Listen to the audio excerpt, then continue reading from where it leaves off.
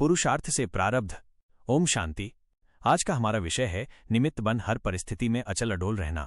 हर पल हम कर्म में प्रवृत्त हैं, देख भी रहे हैं, सुन रहे हैं, सोच रहे हैं, व्यवहार कर रहे हैं, स्थूल कार्य कर रहे हैं, बिजनेस नौकरी कर रहे हैं। कर्म हमें निरंतर करना है, लेकिन हमारे कर्म श्रेष्ठ हों, दिव्य हों। हमारे कर्म निष्काम भाव से चलते हों, ताकि यही कर्म हमें कर्मातीत अवस्था की ओर ले चलें। आवश्यक है कर्म से पहले अपनी वृत्ति को श्रेष्ठ बनाएं। बहुत महत्वपूर्ण बात है साधारण स्थिति में स्थित होकर कर्म करना और श्रेष्ठ स्मृति में रहकर कर्म करना, इसमें महान अंतर है। जन्म जन्मांतर से हम मैं और मेरे के बंधन में फंसे हुए थे। इस संगम युग पर परमात्मा ने आकर हमको सत्य ज्ञान दिया और सहजता से कैसे इस बंधन से मुक्त हों वो भी समझाया कि हम तो निमित्त मात्र हैं। कर्म करावनहार तो वो परमात्मा ही है और सृष्टि नाटक में जैसे नूंद है ऐसे ही सबका अपना अपना पाठ है। तो आइए इस विषय की गहराई में जाते हैं। सबसे पहले ट्रस्टी बनकर पालन करने का अर्थ क्या है ये समझना है। तो इसका अर्थ है कि आप अपने आप को और अपनी हर चीज को भगवान का मानते हैं और आप सिर्फ उनके संरक्षक या विश्वस्त हैं। ये दृष्टिकोण आपके अंदर से मैंपन या अहंकार को पूरी तरह से समाप्त कर देता है, क्योंकि आप ये स्वीकार करते हैं कि सब कुछ आपका नहीं है बल्कि भगवान का है। ट्रस्टी का मतलब है कि आप अपनी शक्तियों, धन, संबंधों और यहां तक कि अपने शरीर को भी भगवान की अमानत मानते हैं। आप उनका उपयोग जिम्मेदारी से सेवा और परोपकार के लिए करते हैं। ये एक बहुत ही सशक्त आध्यात्मिक अभ्यास है जो आपको अहंकार से मुक्त करता है। जब आप ट्रस्टी बन जाते हैं तो आपकी सोच में एक बड़ा बदलाव आता है। सब कुछ मेरा से तेरा में बदल जाता है। जब कोई सफलता मिलती है तो आप ये नहीं कहते कि ये मैंने किया, बल्कि आप सोचते हैं कि ये भगवान की कृपा है, उन्होंने मुझे निमित्त बनाया। इससे अहंकार को पोषण नहीं मिलता। आप सेवा सिर्फ इसलिए करते हैं क्योंकि ये आपका कर्तव्य है, न कि किसी फल की उम्मीद में। सेवा में भी आपका भाव निस्वार्थ होगा।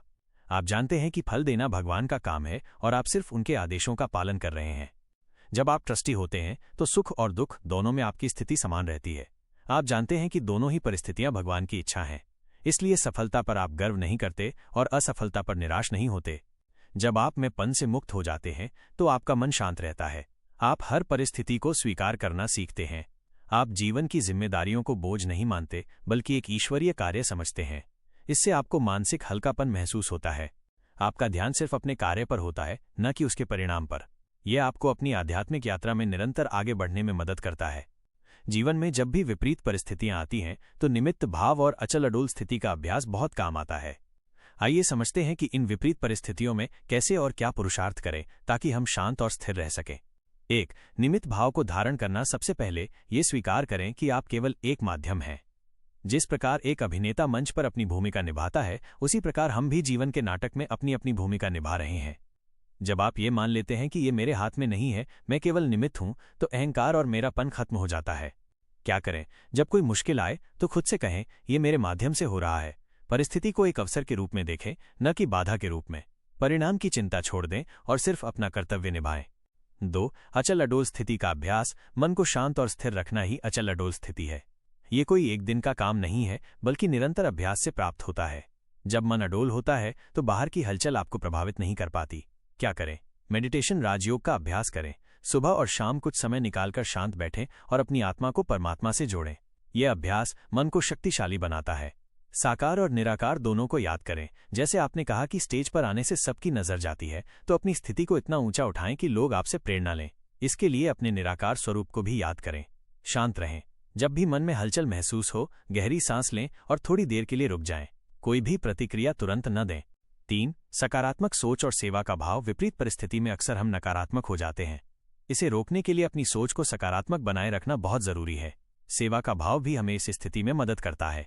क्या करें? सकारात्मक दृष्टिकोण रखें। हर परिस्थिति में कुछ न कुछ अच्छा ढूंढने की कोशिश करें। खुद को व्यस्त रखें। दूसरों की सेवा में लग जाएं।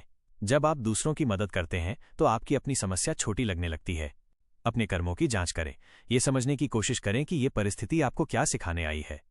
इन सब पुरुषार्थों के साथ ये याद रखना कि हम सभी एक ही परमपिता परमात्मा के बच्चे हैं, हमें आपस में जोड़ने और विपरीत परिस्थितियों में भी एक दूसरे का सहारा बनने की प्रेरणा देता है।